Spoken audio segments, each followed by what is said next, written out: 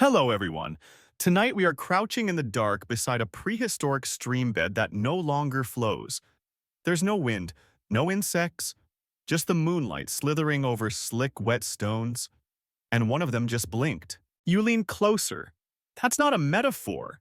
You saw it. A glimmer. A half-lid sliding horizontally. Stones aren't supposed to blink, and yet here you are on your haunches alone, probably dehydrated, staring at a damp lump that might be alive and might be very, very patient. So before you get comfortable, take a moment to like the video and subscribe, but only if you really like what I do here. Let me know where you're watching from and what time it is. I always read the comments. Now, turn off the lights, maybe turn on the fan for some soothing noise, and let's get started tonight. You shuffle a little closer, your steps muffled in mud that smells faintly of peat and something older. It's not fear exactly, it's the feeling of being noticed. There are no birds, but something here sees you. The thing that blinked doesn't move again. Its skin, if it is skin, is dusted in pale moss. Little grit flakes sparkle around it like dried-up dew. You try to count the bumps across its surface, and halfway through you forget where you started. It's like trying to count the pits on a meteorite, or the regrets in your inbox. You think about touching it. The frog or stone or whatever hasn't moved since that blink. Maybe your eyes played tricks, but your fingers hesitate anyway, hovering just above the moist surface. Warm, cold, smooth. Brittle. You squint. Something flickers behind your eyes. A flicker of warning. Not danger exactly, just history. A memory not your own. See, frogs, especially ancient ones, are the masters of pretending. Not just blend in with the leaf litter pretending. Not just stay really still pretending. We're talking full-blown geological cosplay. Stone-forged deception honed over hundreds of millions of years. Frogs were shapeshifters before it was cool, long before chameleons got the memo. And the earliest ones, the ones from the late Devonian and early Carboniferous periods, they didn't hop. They crawled. Slowly, deliberately, like little four-legged punctuation marks placed between epochs. Historians still debate whether the very first true frog, Triadobatrachus massinoti, was more salamander than frog, more crawl than jump. It lived about 250 million years ago, had extra vertebrae, and probably never made a proper ribbit in its life. But it looked like it wanted to. That counts for something. And here you are, looking at one of its spiritual descendants. Still, waiting, pretending to be stone. Your breath fogs the air. The temperature hasn't changed, but the silence has thickened. You crouch lower, whispering, though there's no one around to hear you. Not unless the moss is eavesdropping. A loud splash cracks behind you. You jerk upright. Whirl. Nothing. No ripples. No movement. Just a lump of fallen branch half submerged in what used to be water. And maybe your dignity sinking next to it. You turn back to the rock frog and realize it's shifted. Only a little. Just enough to blur its outline. It's more convex now. The edges smoother. And those bumps you tried counting rearranged. That's the thing about these creatures. Their stillness isn't just a lack of movement, it's work, it's tension. Like a coiled spring covered in algae. You try not to blink yourself, off topic but not really. Did you know? There's a species of frog that can survive being frozen solid, Rana sylvatica. The wood frog literally shuts down in winter. Heart stops. Blood thickens, ice creeps into its cells, and then come spring it thaws out and hops away like nothing happened. You're out here forgetting your passwords and this frog is rebooting life like a laptop. And the one you're watching, it's older than freezing, older than seasons. It doesn't care about time. It doesn't measure time. It waits. Some say this one is part of a lineage that learned to hold perfectly still through volcanic winters. Ash fell like snow for months, even years, and anything that flinched too soon choked on glass. So the frog stayed still, and then it passed that stillness on like a ritual. A quiet rite, a survival spell etched into tendons. There's something about it that feels heavy but not in weight, in gravity, like it's anchored to something. You wonder what it eats, but you already know the answer. Not much. Maybe nothing. There are stories from the Pleistocene, yes, really, of frogs surviving entombment in tree sap for years, only to twitch once before dying when finally exposed to air. A joke? Maybe. But people in Victorian times were weirdly obsessed with burying frogs in rocks to see what happens. Spoiler, what happens is usually frog soup. But you're not thinking about that now. You're thinking about how long a thing can pretend before the pretending becomes real. If a frog stays still long enough, isn't it just a rock that might someday jump? Or is it a rock that remembers? You reach out again. Your fingers brush the surface warm, surprisingly. Like sun-baked stone right before sunset. There's texture and a pulse. Or maybe it's your own. You blink. And when you open your eyes, it's dark. Not sunset dark. Not shadow dark. Just gone.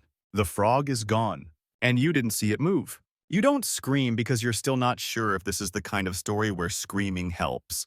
You just stay kneeling in the quiet, hand still, hovering where the frog had been half expecting your palm to steam. But no steam comes. No ripple. Just damp dirt rearranged. Like something slid out from under it without disturbing the crust. You know it was a frog, you're mostly sure. Probably. But here's the problem with ancient frogs. They don't behave the way frogs are supposed to. They don't ribbit. They don't leap. And some of them don't even breathe the way you think animals should breathe. You stand, knees stiff, brushing off mud from your sleeves. Every frog you've ever known probably had lungs. Right, little air sacs that puff up like a squishy balloon. Cute, efficient, basic frog stuff. Well, take that idea and toss it in the nearest tar pit. Because some of the earliest frogs didn't rely on lungs at all. They breathed through their skin. Still do, actually. A few modern ones, like Barbarula kalimantanensis, found in Borneo, have no lungs whatsoever. None.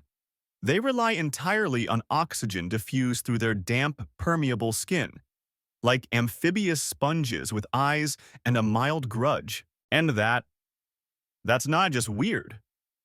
It's a clue. Because if you're a frog and you can absorb oxygen just by sitting in damp dirt, you don't need to move to survive. In fact, moving might decrease your odds. You just wait. You sit very, very still and let the air do the work. Now imagine you're in the Permian period. Oxygen levels are low, temperatures are high.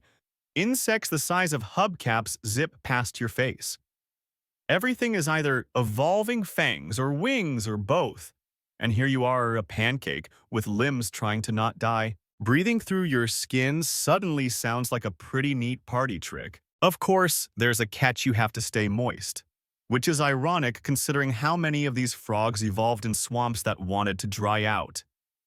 Prehistoric bogs were dramatic like that, either too wet or drying out just fast enough to fossilize your bad decisions. So these frogs learned a few new tricks. A slow shuffle into deeper mud. A curling posture that reduced surface area. Even burrowing, letting the top layers of their bodies crack like pottery while the underbelly stayed just humid enough to keep absorbing oxygen. Historians still debate whether some of these early lungless frogs ever truly hibernated, or if they entered a slower stranger state, something like living taxidermy. No heartbeat, no blinking, just a slight twitch every 6 weeks to remind the world I'm still in here. A light rain starts to fall. It smells like metal and moss. You tilt your head up and let a few drops hit your face. Somewhere in the background, a trill echoes, not bird, not bug. You can't place it. You walk a little further along the stream bed.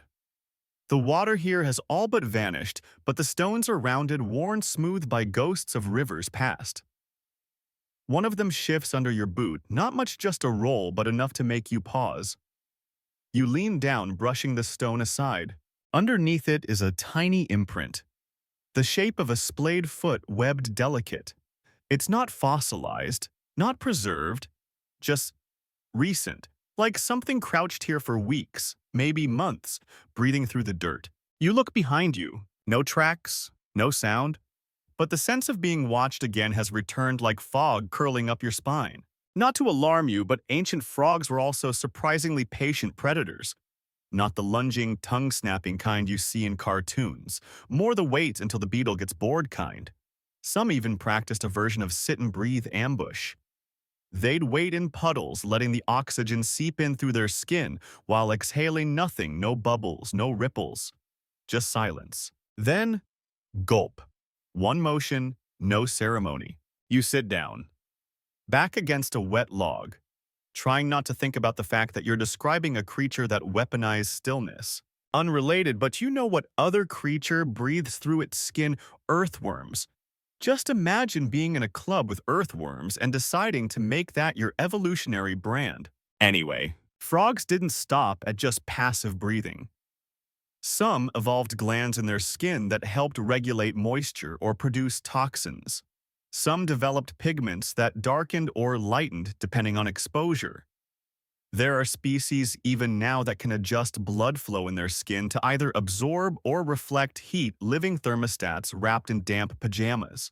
You check your arm. Goosebumps. You start to wonder if any of these old frogs were ever mistaken for sacred stones.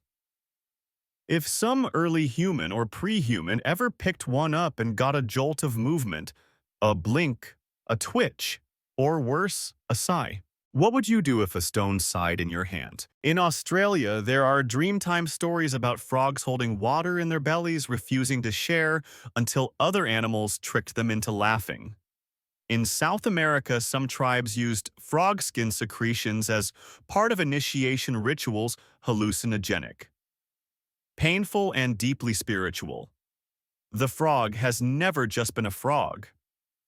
It's been a threshold, a vessel, a god that sits very still until it's time to be real. And in the ancient past, that reverence might have started the first time a being leaned over a patch of rock and one of the rocks breathed. You get up again, slowly. Your knees ache now. You've wandered further than you thought. The trees are denser here. Roots like gnarled fists punch out of the ground.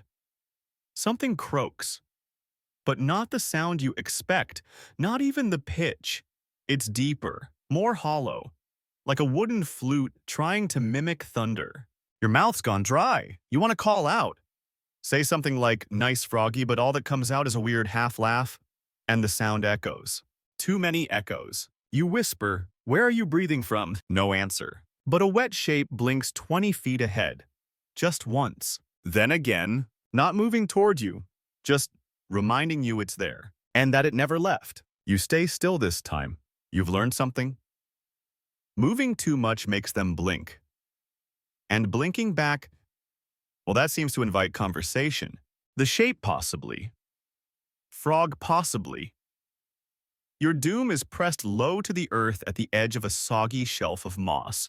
Behind it lies something that should have rotted centuries ago, a half-sunken skeleton of a tree, still rich, brown, spongy, almost alive. You step closer. The air smells wrong again, sweet and tannic like fermented tea and forgotten bread. You found one of the swamps that forgot how to rot. These pockets are ancient. Older than language. Not quite bogs, not quite marshes. A place where decomposition, normally nature's cleanup crew, takes a long nap. Maybe it's the acidity or the constant coolness, or the way the water just sits there like it's tired of flowing.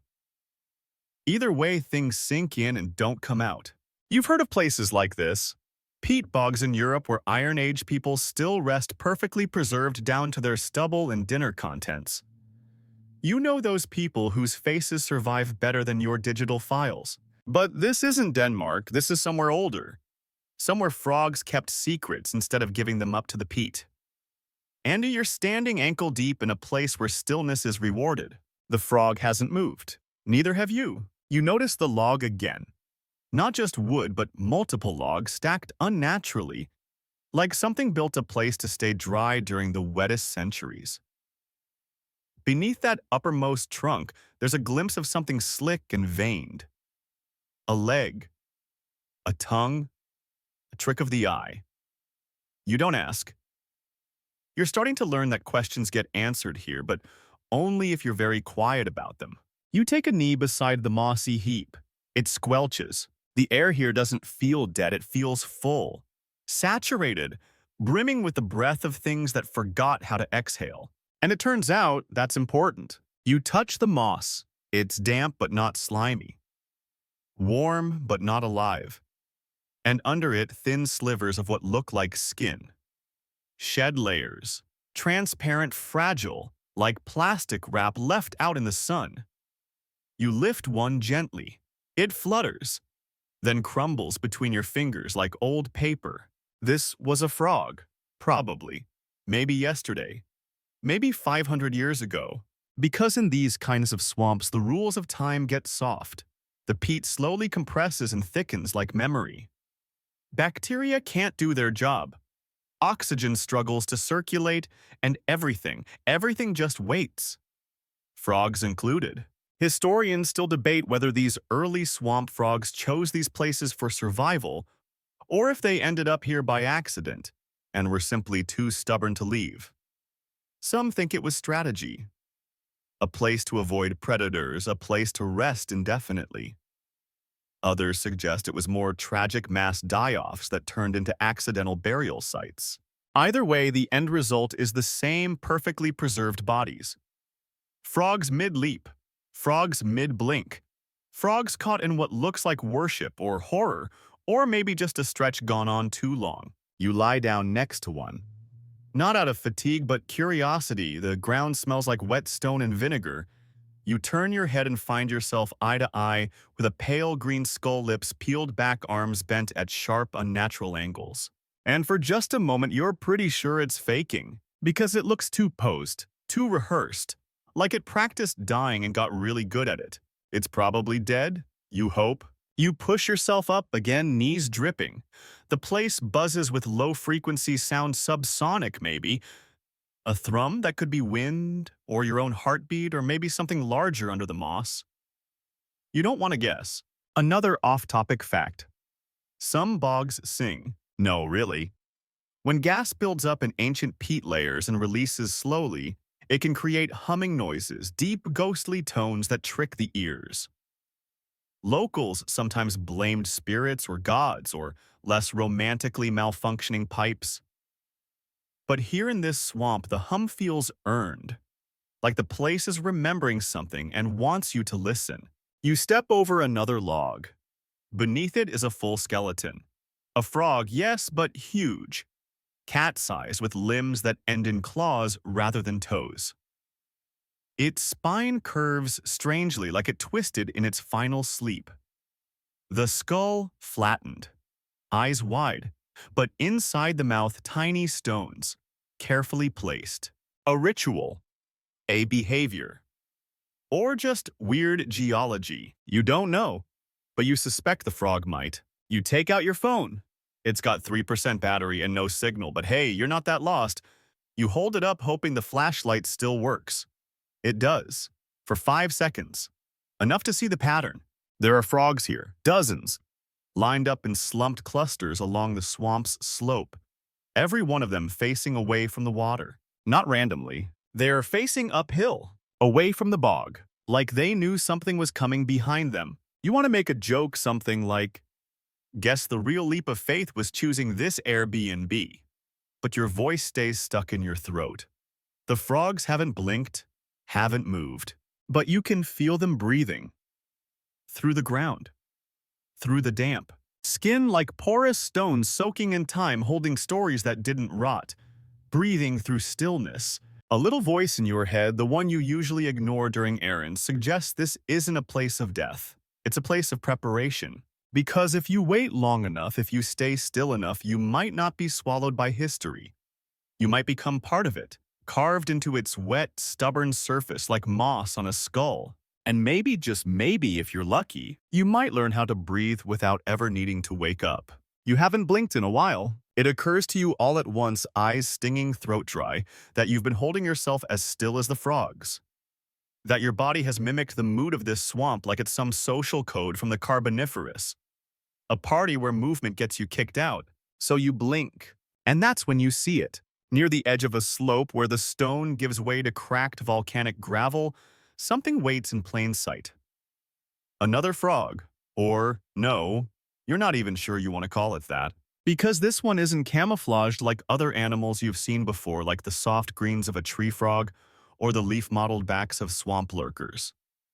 This one is exact, not similar, not approximate. It looks exactly like a volcanic pebble. Same size, same color, same weird little pit on the left side, like a thumb pressed at once before forgetting. But it's breathing, barely. Slow, deliberate pulses under the skin like someone gently tapping a war drum once every 20 seconds. You crouch quietly, isatai, testing the ground first. The gravel here is loose but dry, and you're not eager to slide downhill. The air's warmer here, and it hums differently like something below is heating the rocks from underneath. The pebble frog doesn't move. Its coloration is uncanny. Flecks of iron oxide orange, a gray that borders on ghost white underlight. And texture, it's pitted, rough, with tiny mineral scars like it's been through heat acid, maybe even time itself. And here's the part that stings your brain a little. The other pebbles look like copies of the frog, not the other way around. Like the earth tried to mimic the frog, not the frog, the earth. As if the frog was here first. Sat so long, so convincingly, that the volcano reshaped its offspring in homage. It's a dumb thought, but it doesn't feel dumb here. You reach for it. Your fingers brush the surface. Hard, warm, but not quite rock. It vibrates, just once, and then still. There's a phrase for this kind of evolutionary genius mimesis. Not just camouflage, but mimicry. So advanced that predators and prey both ignore you entirely. Frogs have used it for millennia, some pretending to be leaves, others like bird droppings. Yes, really. One rare South American species even flattens itself to look like moss-covered bark. The point isn't to escape by running. The point is to never be noticed at all. Historians still debate whether the pebble-mimic frogs were defensive or offensive in nature. Some argue they hid to avoid being eaten. Others think the mimicry was predatory, waiting for curious insects to land on what they thought was safe terrain. But the real question, your question right now is this. How do you evolve to look like a specific kind of rock? You study the nearby pebbles. Some are smooth, some pocked. One looks melted maybe from ancient lava flow, but the frog looks exactly like one kind and one kind only. It doesn't change color. It chose this form long ago. Maybe its ancestors squatted on these same rocks, observed which ones stayed undisturbed by predators and gradually became them. Not by decision, by accident, then repetition, then blood. Off topic, but consider this. There are bacteria that can incorporate metals into their biology. Copper, iron, even arsenic. Life, it seems, is a decent impressionist. You sit down beside the frog. Again, not out of tiredness, out of etiquette. It feels rude to tower over something so committed to the bit. The rock under your thighs is warm, almost pulsing. Not like a heartbeat, more like the ticking of something very old waiting for the right time to shudder. Suddenly, there's a click behind you. You freeze. It wasn't loud. More like a small piece of stone breaking in half. You turn slowly. There's another frog. Identical. Unmoving. Except its mouth is slightly open. Just a sliver. And inside, the half-digested remains of something. An insect, maybe. Or a seed. Or something in between. The mouth closes. Fast. You didn't see it move. You blink again. This time, you hear another click. You scan the rocks. 5, 6, 9. All still. But now you're no longer sure which ones are frogs and which are not. The line is blurred. You stand. Carefully. There's a saying you once heard, probably on some nature documentary narrated by a man with a voice like warm soup. The stillest predators don't hunt, they wait. That feels like gospel here. Because these frogs are these volcanic mimics, they aren't fleeing. They aren't even avoiding you. They're just outlasting everything else. You take a few steps backward, careful not to crunch anything that might twitch later. The air here feels heavier, not with moisture, but with intention. You can't shake the feeling that you've walked into a church and the frogs are the parishioners. That they're mid-sermon, mid-worship, mid-hibernation prayer, that they are waiting for something you're not meant to hear. You whisper, "Why are you always whispering here? How long will you wait?" No answer. You didn't expect one. But as you leave the mimic frog circle, you notice one more detail. A small groove near the base of a larger rock, like a trench dug by habit. Exactly frog-sized. Worn by the weight of a body pretending to be stone for, what, a week, a month, a million years. And the trench is empty. So somewhere out there one of them moved. And now it's watching you pretend you're not afraid. You descend the slope more slowly now. The way one might exit a sacred place or a prank war, they're no longer confident they're winning. Your boots make soft, gritty sounds as they scuff through gravel and peat, and somewhere in the back of your mind you wonder how many frogs you've accidentally kicked. Hopefully none. Probably several. The trees return tangled, bowed their roots like spilled intestines, stretching out across the soft earth. The light is dimmer here, not because the sun has gone anywhere, but because this patch of forest seems to have a personal vendetta against illumination. Even the air feels murky, like it's been exhaled too many times and is tired of participating in your breathing. That's when you hear it. A snap. Short, dry, mechanical, and then nothing. Then again, snap. You freeze, eyes wide. There it is, 20 feet ahead, half buried in damp leaf litter and shade. A frog. But not like the others, no moss, no mimicry. This one is glossy, almost polished, as if someone had lacquered it for display. Its eyes are closed, its body is tight, coiled, and its jaw is twitching, slowly, mechanically, like it's thinking about something, or someone. You inch closer, low to the ground. The leaves make little gasps beneath you. You whisper, "Hey there!" The frog twitches, not much. Just enough to acknowledge your existence in the most condescending way possible. Then its mouth snaps shut. Snap! A clap of cartilage like a trapdoor slamming shut on an idea. You flinch, then realize something strange. There was nothing near it. No bug, no leaf, no falling debris. Just empty air.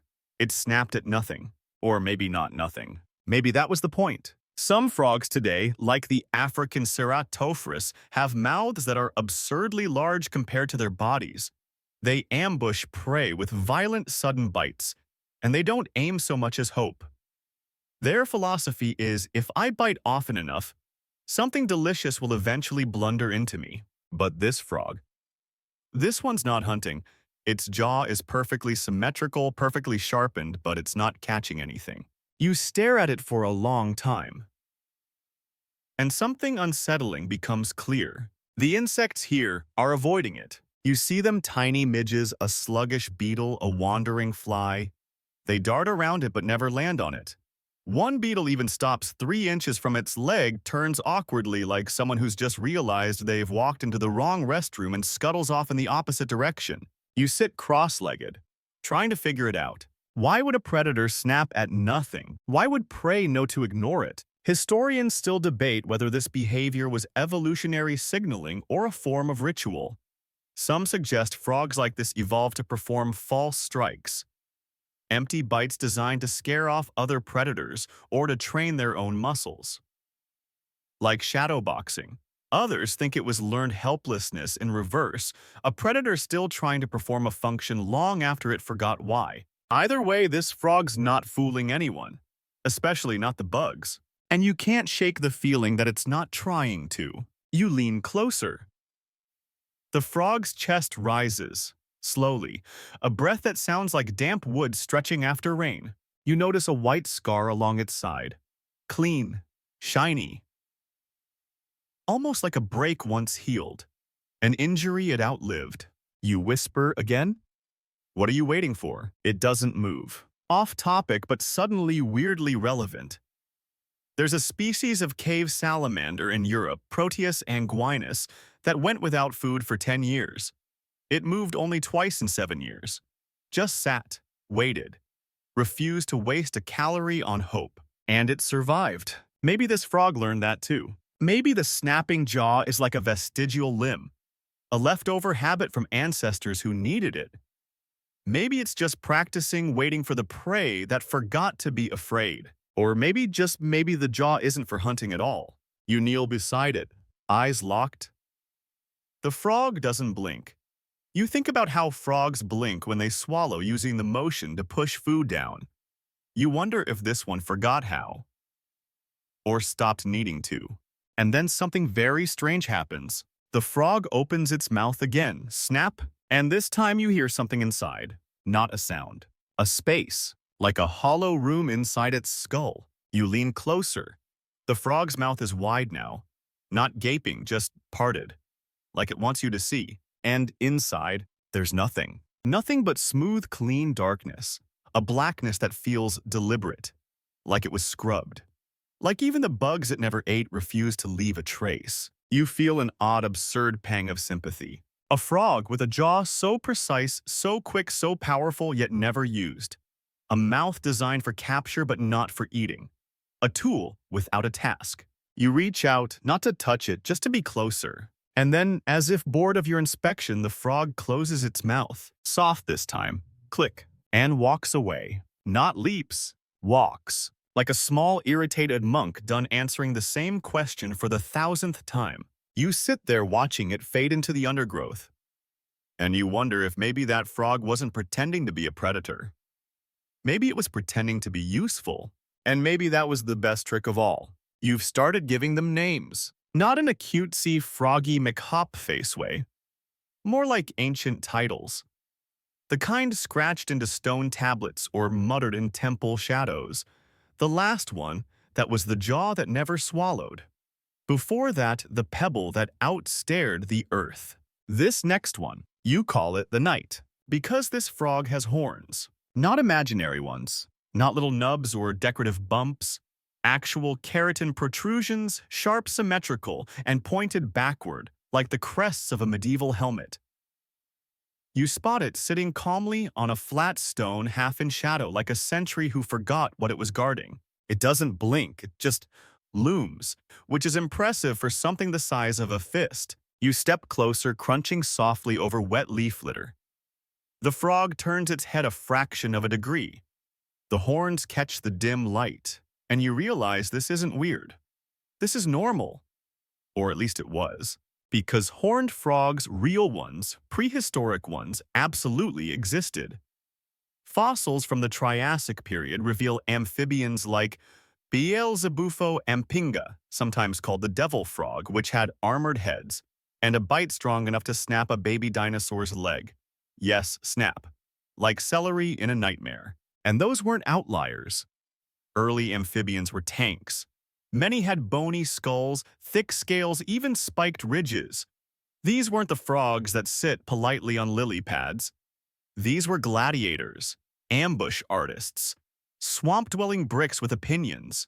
Historians still debate whether the horns served as protection sexual display or something stranger, like anchoring themselves in mud during floods. One theory even suggests they were acoustic tools amplifying sound vibrations from predators or prey. You like that one? It means the horns were listening. You sit again. That's your thing now. Sitting near strange frogs and waiting for them to change your life. This one obliges. It shifts, just slightly. Enough to reveal the full structure of its body. The armor extends down its back, interlocking ridges like the back of a pangolin. But soft-looking, almost velveted in places. As if it grew tired of being hard all the time. You whisper, "Did it hurt growing those?" It doesn't answer. Of course. But you imagine it. Generations of slow mutation. One frog born with a calcium bump, the next a bigger one, then sharper, then paired. Until finally someone shows up with a crown and evolution says, yeah, that'll work.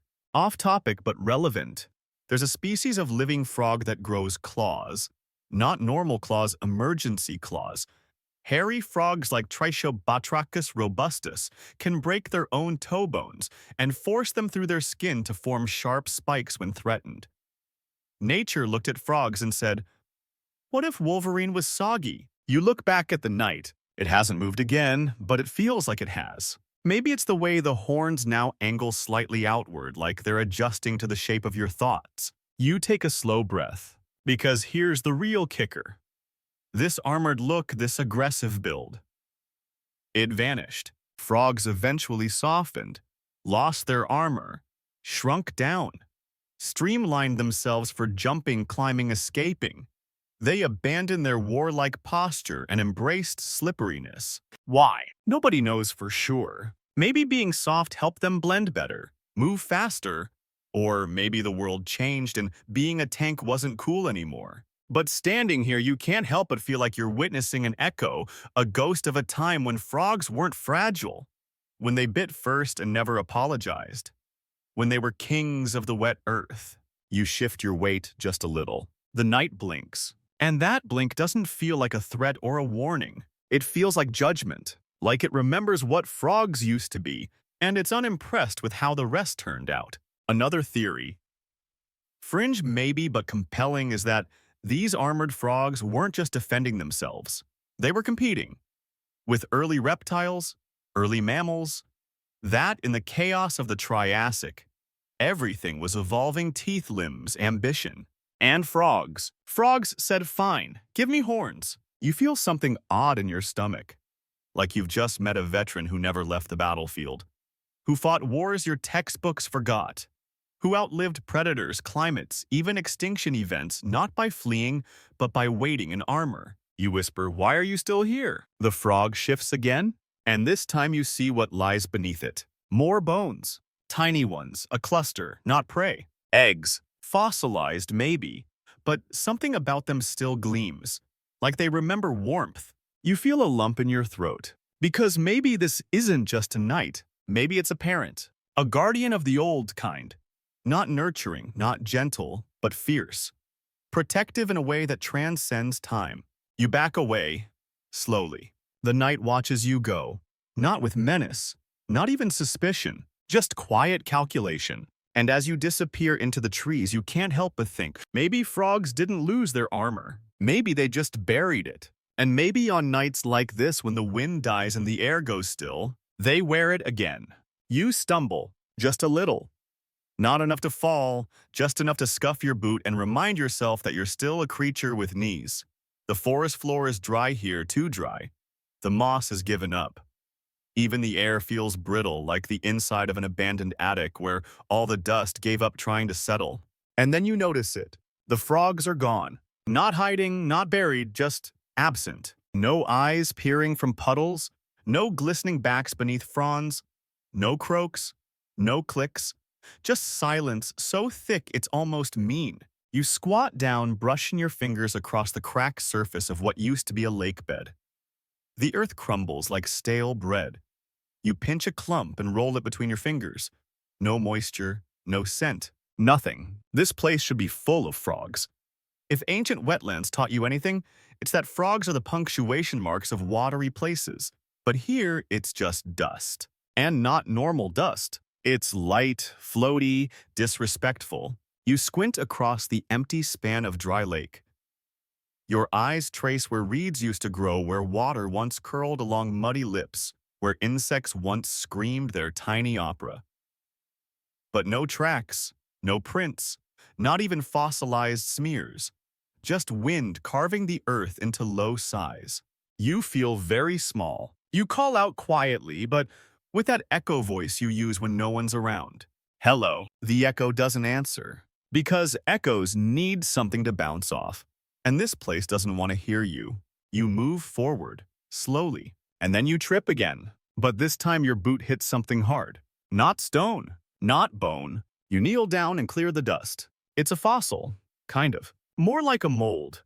A shallow depression in the shape of a frog, but with no actual remains. Just an outline. Like the frog left but forgot to take its shadow. You find another, and another. Perfectly preserved frog shapes, dozens scattered like soft warnings across the lake bed. But not one body, not one bone. It's like they dissolved, or maybe never existed in the first place. Historians still debate whether some dry lake beds lost their fossils due to erosion, soil chemistry, or microbial decay. But none of that makes sense here. This is a fossil-friendly zone. The sediment is fine-grained, the impressions are clear, something should have fossilized, but didn't. You whisper, "Where did you go?" And then you remember something. An old story? Weird. From the Victorian era, about toadstones. Back then, people believed that certain pebbles found inside the heads of toads had magical properties, could detect poison, heal wounds, ward off nightmares. People would mount them in rings, swear by them. Problem is, those stones never really came from toads. They were just fossilized fish teeth. But people wanted to believe the frog had vanished and left behind a piece of itself. A charm, a secret, a warning. You sit down cross-legged in the dust surrounded by these hollow frog outlines. It feels like a crime scene where the evidence got bored and left early. And then it hits you. Maybe they did leave. Not just moved, not just migrated. Maybe this species perfected the art of disappearing. Off-topic but relevant. Again, there's a phenomenon called ghost populations in genetics. Traces of extinct species that no longer exist in the fossil record but left their DNA behind in modern genomes. Their bones vanished, but their echoes survived. You wonder if these frogs are a ghost population in reverse. Visible, tangible, but nothing left behind. Like a signature without a hand. A scream without a throat. You find one last impression, deeper, larger. This one's different. Its posture is odd. Not sprawled, not leaping, curled. Tight. Knees drawn and arms wrapped around itself like a sleeping child. Like something knew the world was drying up and chose to vanish on its own terms. You brush around the edges. Still no bone, no skin. But there's a stone, a small one, oval, smooth. Sitting where the frog's heart might have been. You lift it. Warm. Not hot but not cold. You hold it against your palm. It fits too well. Like it wants to be carried. And for a moment you feel watched. Not threatened, just observed. Like the earth itself is checking to see if you're the right kind of person. You pocket the stone.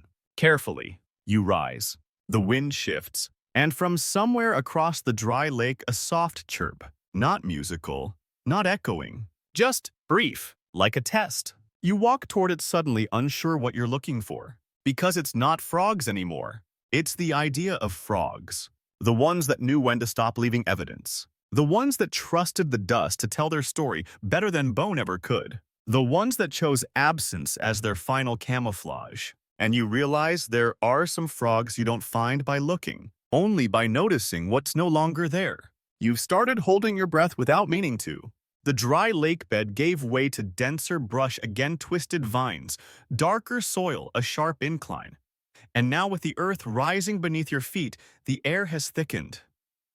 Not with moisture, with pressure. Like the trees here have rules, and they know you're new. The frogs are back, but they're not watching you. They're watching each other. You pause beside a rotting log, eyes adjusting to the gloom. Ahead of you, nestled in a shallow basin between roots, are a dozen frogs spaced evenly in a loose circle, each facing inward, each perfectly still. You don't breathe, not because you're scared, because you don't want to interrupt whatever this is. They sit like monks, or chess pieces, or members of a support group no one was allowed to leave. The circle's not tight. They could jump away easily, but they don't. They won't. You take one step forward and one of them turns slightly.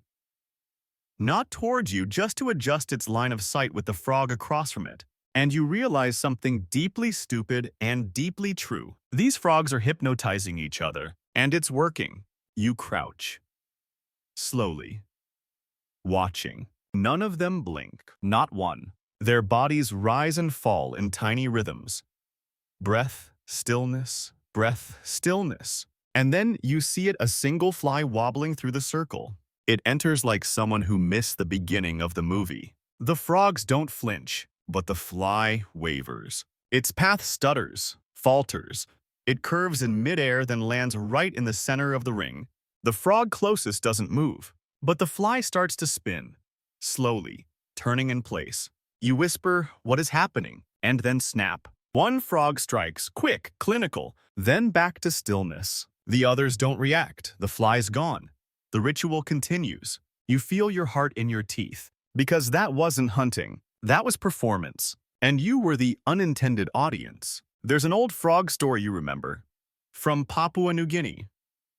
Villagers said certain frogs could charm snakes. Not with sound, not with poison, but with stillness. They'd sit so quietly, so deliberately that snakes forgot how to be predators. Frogs would stare, breathe slowly, and wait. And eventually the snake would slither away, confused and tired. Historians still debate whether this was folklore or just humans trying to describe weird behavior in poetic terms. But you're watching something that defies explanation. And your brain is scrambling for metaphors. You want to call it hypnosis, but maybe it's worse. Maybe it's obedience. Because what if this isn't a game? What if this is hierarchy? You lean closer to the circle. The frogs are nearly identical, same size, same speckled skin, same flat, glassy eyes, but one at the far edge is slightly darker. Its pupils wider. Its limbs more tensed. You clock it as the leader, immediately, and not just because it's the only one that hasn't moved at all. You can feel it. That one isn't hypnotizing anything. It's testing. You remember a modern species, Hypopaccus variolosus, that uses low-frequency calls to vibrate the ground during mating season. Humans can't hear it, but other frogs feel it in their bellies. A conversation you can't overhear, but your bones still respond to. You wonder if that's what's happening here? Because your knees hurt, not from crouching, from vibration. Off topic, but strangely fitting. Did you know there are frogs that can see in the dark better than cats? Their retinas reflect and amplify even the faintest light. Some scientists think frogs may be able to detect the polarization of moonlight, letting them see through still water at night. You try not to blink, because here's the new fear.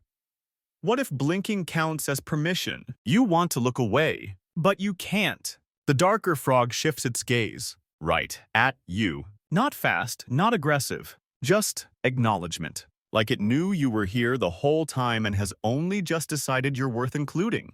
The other frogs begin turning, one by one, toward you. No hopping, no noise, just a slow pivot. 12 frog eyes, 12 tiny hearts sinking to yours. You feel your breath slow, your thoughts cloud, like fog crawling up your spine. You whisper without meaning to, "I'm not a fly." The darker frog tilts its head, not disagreeing, not agreeing, just processing. Then just as quickly the spell breaks. One frog blinks, another shuffles sideways. The circle loosens, and within seconds they're all scattering. Not in fear, not in panic, just finished. The moment is over. You sit there blinking rapidly like you're trying to remember how. What just happened wasn't magic, it wasn't science, it wasn't theater. It was strategy, a circle of frogs pretending not to move, hypnotizing each other until something else wandered into range. And you think maybe this is what they were always doing, not waiting for prey, but waiting for you to notice. You follow the trail or what's left of it. The frogs are gone again, scattered into undergrowth shadows and stories you're still trying to understand. You move uphill now, tracing a narrow path littered with leaves so dry they crumble before your boots can make a full sound. There's something odd about this section of forest. It doesn't feel like it wants you here, but it's not trying to stop you either. It's watching. Not in the horror movie sense, more like the forest itself has decided to audit your presence, and then you see it. A shape on a low ridge, silhouetted by a flicker of gray light where the trees briefly part. It's not moving, which of course means it's probably a frog. You approach. At first you think it's dead. It's splayed out on a flat rock like someone placed it there for study. No camouflage, no dust, no pretense. Its body is pale. Not albino pale, salt pale. The kind of color that suggests long exposure. Skin that's been dried and dried and dried again until it simply refused to rot. And its eyes open, not wide, not startled, just open, as if it died staring at something and never got around to closing shop. You step closer, careful not to break the illusion if that's what this is. The frog doesn't move. Its limbs are stiff. Its mouth is shut. Its pupils have that glazed, slightly milky look you associate with museum specimens in jars. But the skin, oh, the skin, it's perfect. Not wrinkled, not cracked, just preserved. You kneel beside it and whisper, "Are you real?" The frog says nothing, obviously, because it's dead. Probably. But then again, you've said that before. There's a term for what you're looking at: mummified remains. Not fossilized, not decomposed, just paused. Some frogs, particularly those in high salt or high desert environments, can die and remain intact for decades, sometimes even centuries. The conditions strip moisture but not form. Historians still debate whether ancient peoples preserved frogs on purpose, rituals maybe, or curiosity, or whether these mummifications were accidents of environment. Dry wind, mineral salts, just the right temperature, and a stubborn body that refused to disappear. You touch the rock beside it. It's warm, almost hot. This frog didn't die in a freezer. It died in the sun, or something like sun. Off topic, but creepy. Did you know there's a desert-dwelling frog that survives years without rain by cocooning itself in a mucus shell? It burrows underground, seals itself in, and waits. When the rain comes back, it cracks the shell and emerges. That's not survival. That's strategy. You squint. Is this frog cocooned? No. But it doesn't look done either. And then you notice the others. Not nearby. Not clustered. Just one. Then another. Farther up the ridge. Spaced irregularly, like statues. All posed the same way, arms slightly curled, legs folded tight, eyes wide open. All facing the same direction. You follow their gaze. Up the ridge. Toward a dead tree. Charred, blackened, split open like it was struck by lightning, then regretted it. Its bark flakes off in strips, revealing smooth, pale wood beneath. The color of bone. And at the base, more frogs. 10, 15, maybe more. Some upright, some slumped, all open-eyed. All facing the tree. You step closer. The frogs don't blink. You whisper, "What did you see?" No answer, but something tells you they saw something. Once, long ago, and they never looked away. Your fingers twitch, because you feel it now. Something below the tree, not sound, not heat, stillness. A deep, resonant, pressure-warping stillness that pulls your spine into alignment whether you want it or not. You exhale through your nose, and you remember something odd. There's a modern species of frog that never blinks, not due to lack of eyelids, but because it sleeps with its eyes open. Scientists believe it's a defense mechanism. If you can't tell a frog is asleep, you're less likely to eat it. But what if it's more than that? What if blinking is dangerous? What if these frogs witnessed something and blinking meant losing it? You look down again. The first frog is still there, still watching, still dry, and something catches your eye, a glint of something inside the corner of its mouth. You lean in, not too close. You've made that mistake. It's not a tooth. It's a grain. A tiny shard of salt, embedded along the lip line. There's more under the eye. The kind that only forms in specific kinds of wind, sharp, dry, mineral-heavy. A wind that preserves. You look up at the tree again. The wind has stopped. Completely. No motion, no rustling, not even breath. And the frogs, they remain open-eyed. Not vigil. Not death. Just focus. Like they're waiting for something to return. You back away. Your foot snaps a twig, and suddenly a frog near your boot shifts. Just a little. A twitch. You freeze, not sure if it moved because of you or because of the tree. You whisper, "What did you see?" And a whisper rides the wind in return. Not a voice, just a pressure shift. Like the forest for one split second forgot to pretend it wasn't alive. You walk backwards, carefully. The frogs never break their gaze. And neither do you. Because now you really don't want to be the only one who blinks. You're breathing too loud. You didn't notice it before. But now, with the frog sentinels still burned into your retinas and that blackened tree shrinking behind you, your lungs sound like thunder in your ears. Each inhale feels like a signal flare. Each exhale like a door slamming shut. And the frogs still haven't moved. The ridge path winds downward now. The trees hang lower here, arched like they're bracing for something. The bark is damp again, the leaves a little shinier.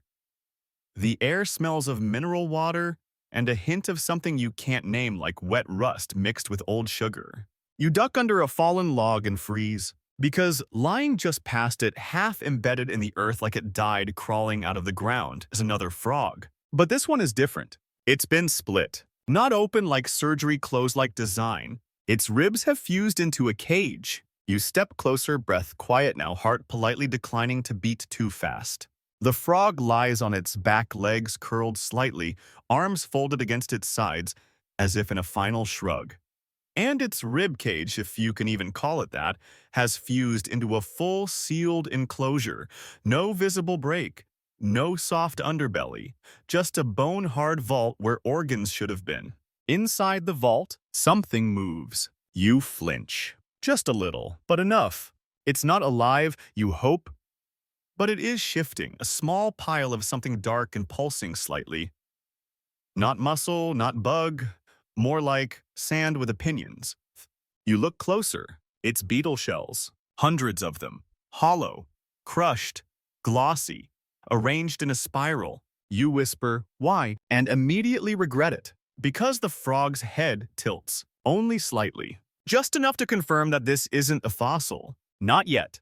This is a creature that swallowed something it couldn't digest, and instead of letting it rot, it stored it, kept it in a bone box. Historians still debate whether frogs like these evolved this way as a defense or a form of body-based burial.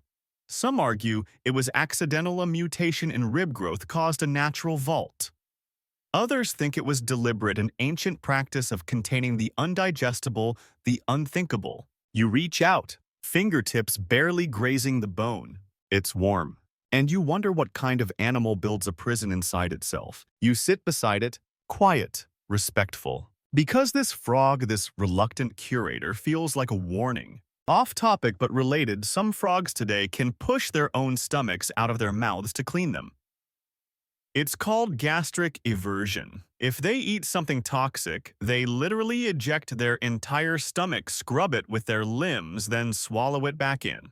Now that's commitment. But this frog didn't eject. It accepted and made the problem permanent. You watch the beetle shells shift again. They're old, desiccated, but they rattle. Just enough to be a sound, a whisper of a whisper. You picture this frog sitting here day after day, bones hardening around its burden. Not hiding it, not expelling it, just holding, preserving, like a gilt box, a sarcophagus with eyes. The forest is quiet. Then not far off you hear a crack, a branch breaking. You spin, but nothing moves. No frogs, no predators, just the trees pretending they didn't see anything. You turn back to the frog. It hasn't shifted again.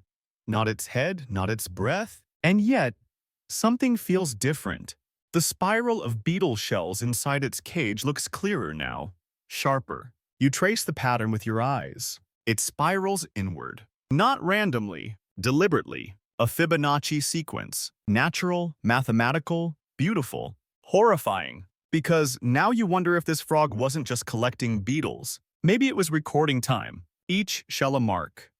Each curve a year, a cycle, a countdown. And you've just arrived when it's almost full. You stand, slowly, careful not to disturb the spiral.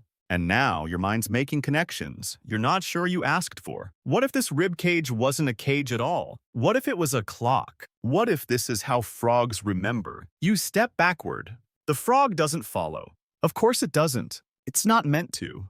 It's meant to hold. And now you're wondering how many other frogs out there are holding things they'll never let go. Secrets, mistakes, remains, memory. You glance down one last time and realize you never saw it blink. It starts with a glimmer.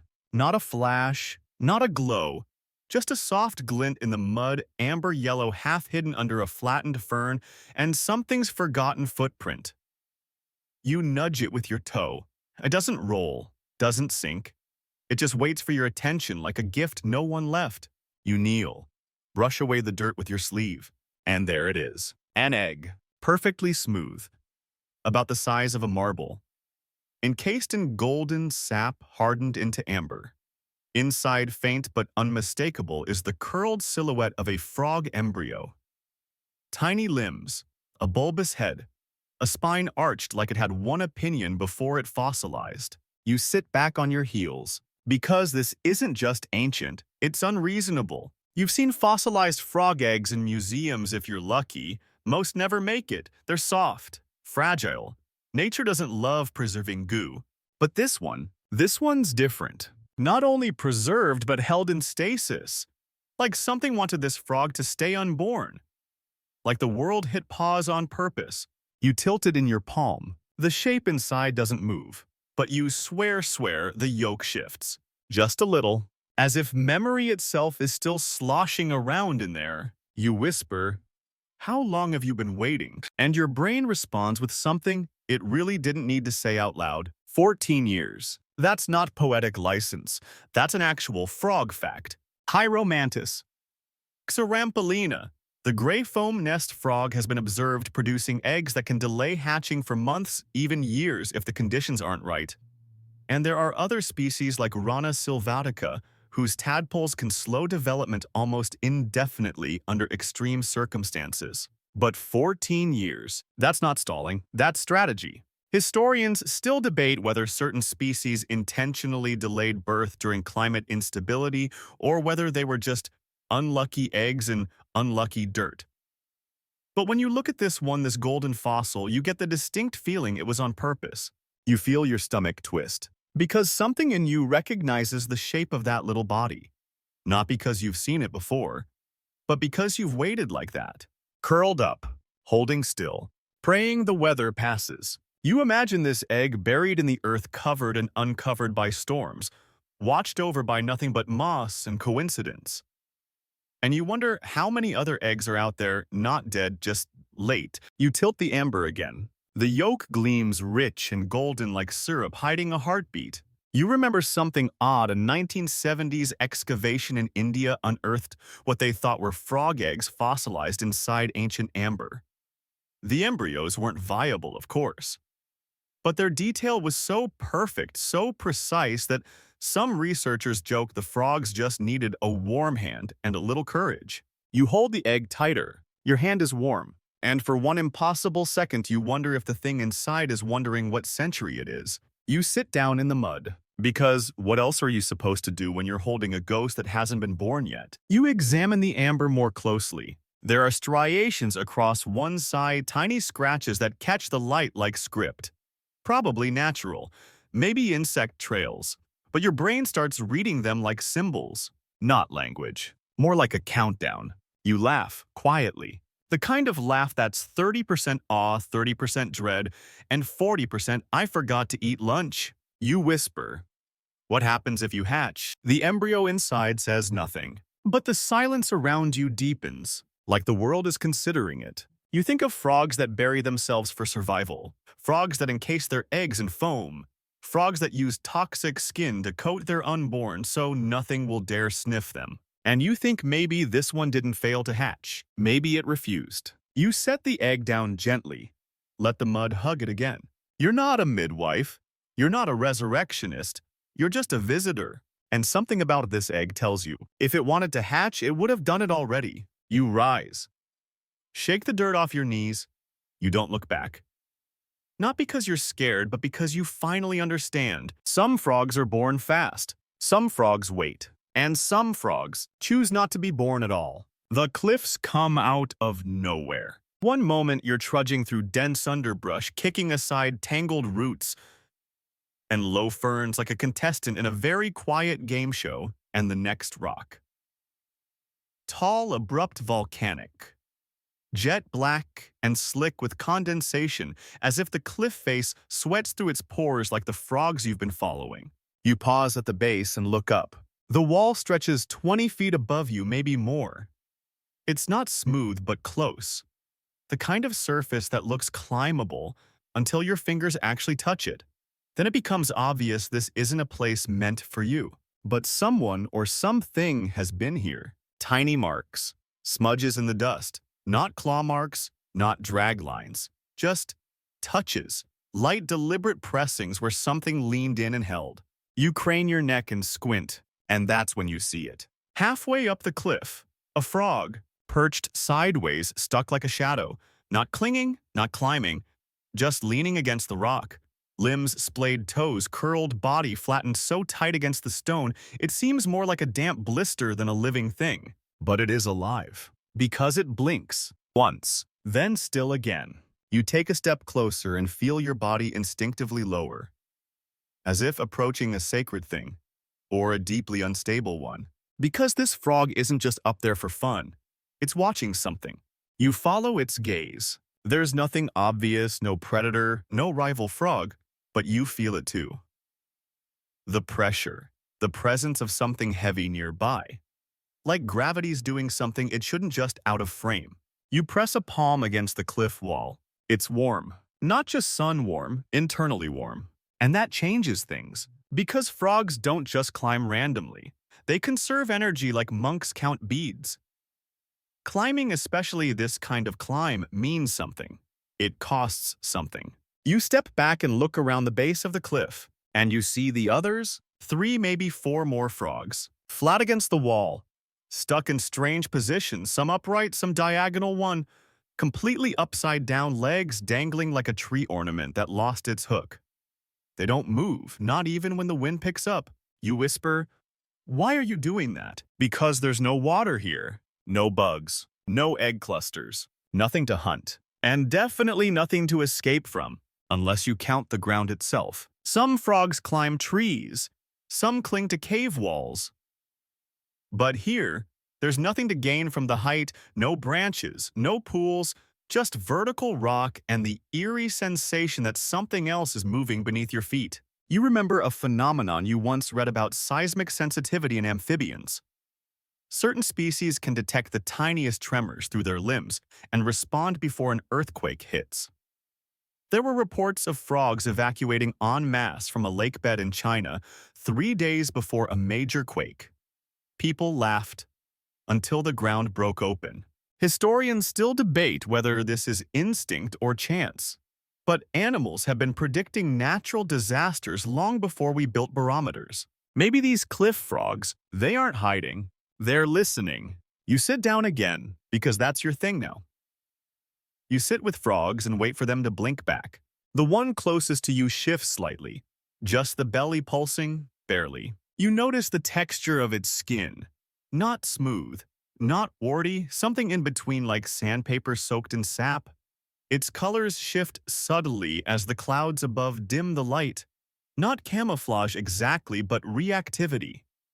Matching temperature, reflecting pressure. You whisper, "What are you bracing for?" And the wind answers by stopping completely. Off topic, but did you know some frogs scream when threatened? Not croak, not chirp, scream. High-pitched shrill like a goat in a haunted hallway. Scientists call it the distress call, but that's just code for we don't know why they sound like that, and frankly, we're scared too. But these frogs, silent, not even a murmur. As if sound would attract whatever it is they're avoiding, or maybe whatever it is they're expecting. You shift on the ground, feeling the pebbles beneath you shudder in tiny, inconsistent pulses, like the rock is trying to vibrate its way into your memory. You realize you're sweating now, not from heat, from pressure. You glance up again. One frog has moved, slightly higher now. Not jumped, dragged itself upward, in slow motion, one limb at a time. Another follows. No urgency, no panic, just quiet ascension. Like pilgrims seeking higher ground in a world that hasn't told you why yet. You reach into your pocket fingers, brushing the amber egg you found earlier. And suddenly you wonder, what if that little one inside wasn't ready because it was waiting for this? Waiting for the frogs to climb. Waiting for something to pass below. Waiting for the world to go quiet enough. You stand, not out of bravery, but because you suddenly feel like the thing they're avoiding is still beneath your feet. And getting closer, you whisper, "Do I need to climb too?" None of the frogs answer, but none of them blink either, which might be the same thing. You find it by accident. A hollow in the earth veiled by thin roots and dry leaves, no more than a meter wide. If you weren't already creeping through this prehistoric maze like an underfunded ghost hunter, you would have walked right past it. Maybe even stepped on it. You crouch, brushing the detritus aside with the back of your hand. There it is, a stone marker, just barely visible beneath a layer of moss, not carved, not shaped, just placed, intentionally, the way you might mark the last known spot of something that didn't want to be followed. Next to it, a laminated index card, faded from sunlight and rainfall, bent at one corner. The plastic is cracked. You pry it gently from the mud.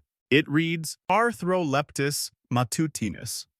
First observed, 1901, disappeared. 1903, rediscovered, 1997, missing again. You blink. Hard. There's no way this should be here. Not in this forest. Not on this trail. Not in your very weird frog dream walk. But it is. You turn the card over. Nothing. Just a few mold smudges and one faint fingerprint that doesn't belong to you. You look back at the hollow. There's something inside it. Another frog. No movement, not even breathing. This one looks carved like someone took a sharp blade to polished obsidian and shaped a frog from shadow and regret. Its body is collapsed but precise. Legs folded neatly, head bowed. Eyes open. Of course, you reach toward it and stop. Because the air here is different. Thin, cold, like the atmosphere's been edited in just this one little patch of the forest. You whisper, "How did you vanish twice?" The frog doesn't answer, but the trees do. They creak softly, not swaying, just shifting posture, like old people deciding whether to stand up or not. You sit beside the hollow card still in hand. Let's talk about this particular frog. Arthroleptus matutinus, also known as the morning squeaker. Cute name, not a cute story. Discovered in Africa in 1901 by a German expedition. Small, ground-dwelling, not remarkable at first glance, but its behavior was strange. Active at dawn, silent during mating season, and only found in a single patch of forest no larger than a few football fields. Then it vanished. Gone by 1903. No bodies, no bones, just absence. Historians still debate whether the original species was misidentified or whether a micro-extinction event occurred. Logging disease, vengeful weather. No one knows. Then in 1997, one was spotted again. Same forest, same behaviors, same everything. It croaked once, was photographed, and disappeared again. Since then, no sightings, no remains, just rumors. Locals speak of tiny shadows that hop once and vanish, of frogs that live between rains only appearing when the soil reaches exactly the right softness. You look down at the obsidian frog. It hasn't moved, but you feel like you're being tested, like the frog is asking whether you deserve its third return. Off topic, but eerily related. There's a jellyfish, Turritopsis dohrnii, often called the immortal jellyfish. It can revert its cells to an earlier life stage and start over. Not a metaphor, not a theory. It actually does it. A real creature that chooses not to die in a straight line. You wonder if this frog figured out something similar. Not cellular regression, but behavioral deletion. If you disappear long enough in small enough ways, maybe the world forgets how to hunt you. Maybe you forget how to be found. The wind shifts, not much. Just a single leaf lifting, turning, falling again.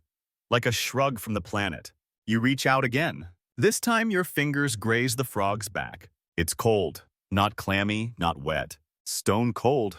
But it doesn't feel dead. It feels paused. You whisper, "Do you want to come back?" And your hand twitches.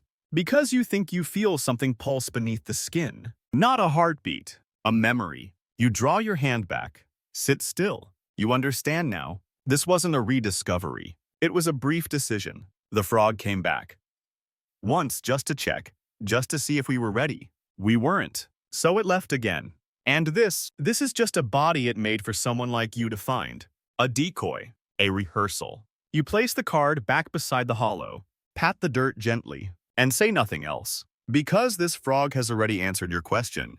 Twice. You don't remember lying down. But now you're here sprawled across cool stone at the edge of a dry ravine, eyes half closed, mouth slightly open like someone forgot to save your draft. The frogs have quieted again, not vanished, just returned to that unnerving state of ambient lurking. You're not sure whether you're resting or performing for an audience of amphibians with deep opinions about posture. You tilt your head. There's a cluster of fossilized frogs beside you, half exposed in the rock wall, like a photograph no one meant to take. Their limbs are twisted in eerie unison, backs arched, mouths agape, fingers splayed like they tried to scream but didn't have lungs big enough for a proper finale. You sit up slowly. Dust trails off your shoulder like a shrug from the Paleocene. You whisper, "Was this your death pose?" One of the fossils catches a glint of sun. A perfect white jawline curves upward just enough to look smug. These frogs died loud, or at least posed loud. It's something paleontologists have talked about for decades. The death pose. Often seen in fossilized animals, arched backs, heads thrown back, limbs stiff. Long thought to be a sign of violent death muscle contractions or rigor mortis. Some suggest it's caused by drying tendons tightening after death. Others think it's just how animals collapse when the body forgets how to fall properly. But these frogs, they look deliberate. You brush the stone's surface gently. The dust reveals more detailed skin textures, eye ridges, even a few faint impressions of toes. And they're all in the same pose, dozens of them, aligned along a single fault line in the rock, as if they died together or performed something together. You whisper. A warning, no answer. But the wind picks up and the dust dances over their fossilized faces like applause. Off topic but fascinating.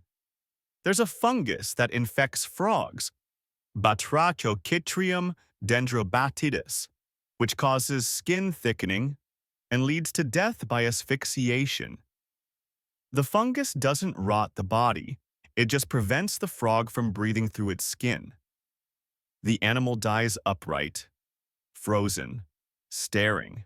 Nature has no need for theatrics, but frogs. Frogs might.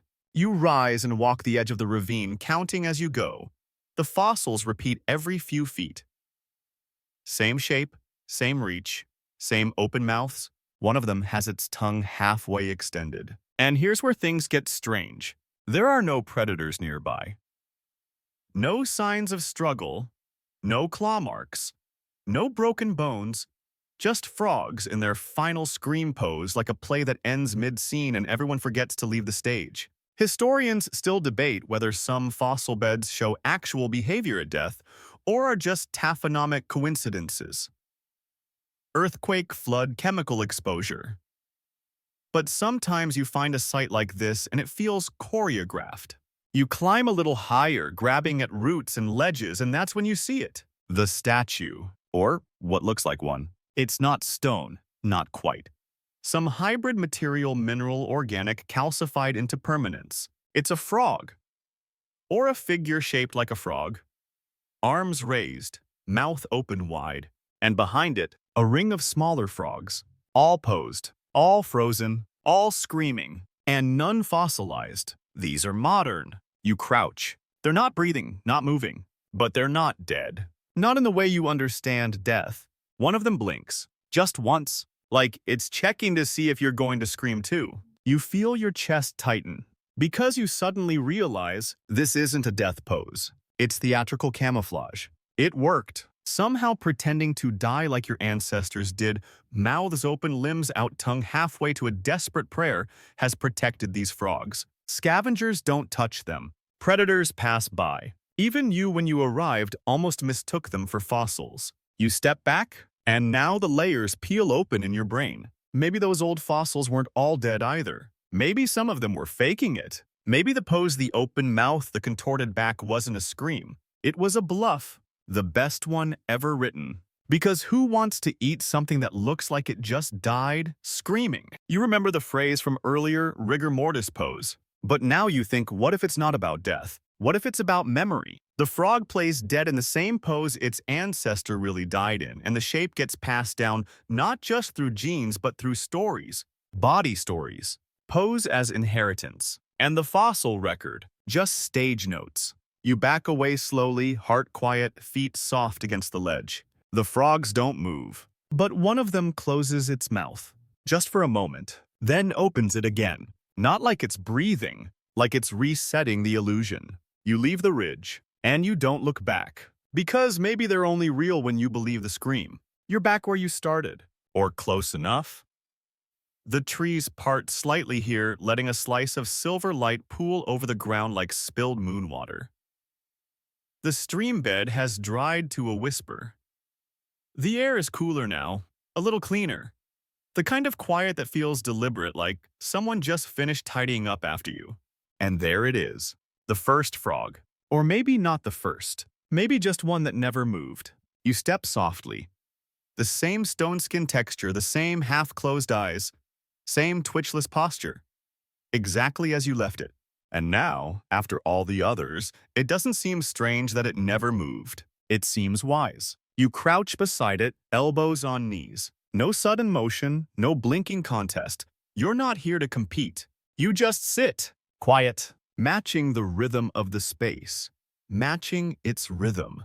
Because now you know, this frog doesn't hide.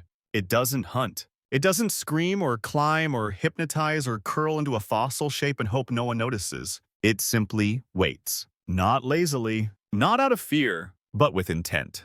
You reach into your pocket and take out the amber egg again. It's warmer now. Maybe from your body heat. Maybe from the long walk. Maybe it's always been warm. You set it down next to the frog, and for a while you watch them together. Not touching, not speaking, just being. The frog blinks. Once. And that single blink says more than every scream fossil you've seen. Because there's no panic here.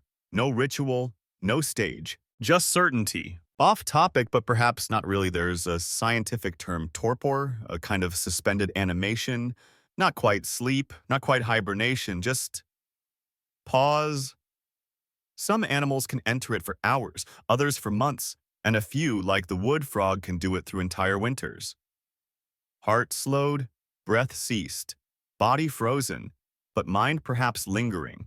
You wonder if this frog has been in torpor so long that time stopped noticing it. Maybe it never wakes up fully. Maybe it doesn't have to.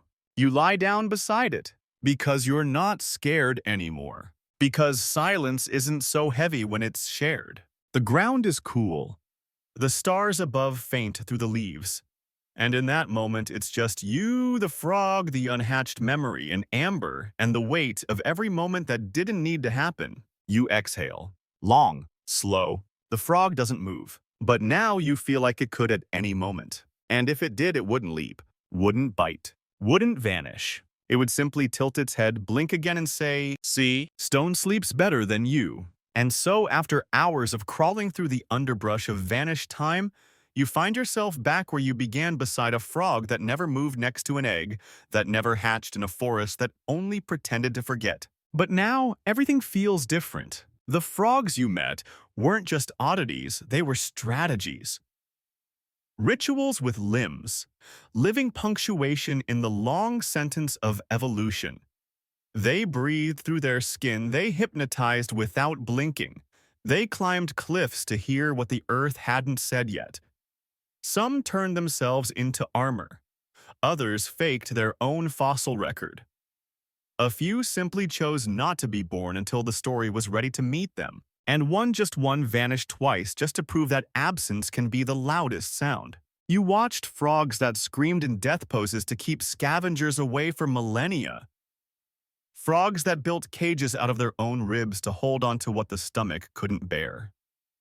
And frogs that wore stone like a second skin, refusing to blink first in a world that never stopped looking. What did they all teach you? Maybe that stillness is not surrender. Maybe that time can be tricked if you pretend hard enough. Or maybe, just maybe, that the quietest creatures carry the oldest spells and they're not done casting them yet. Now lie back. Let your breath slow.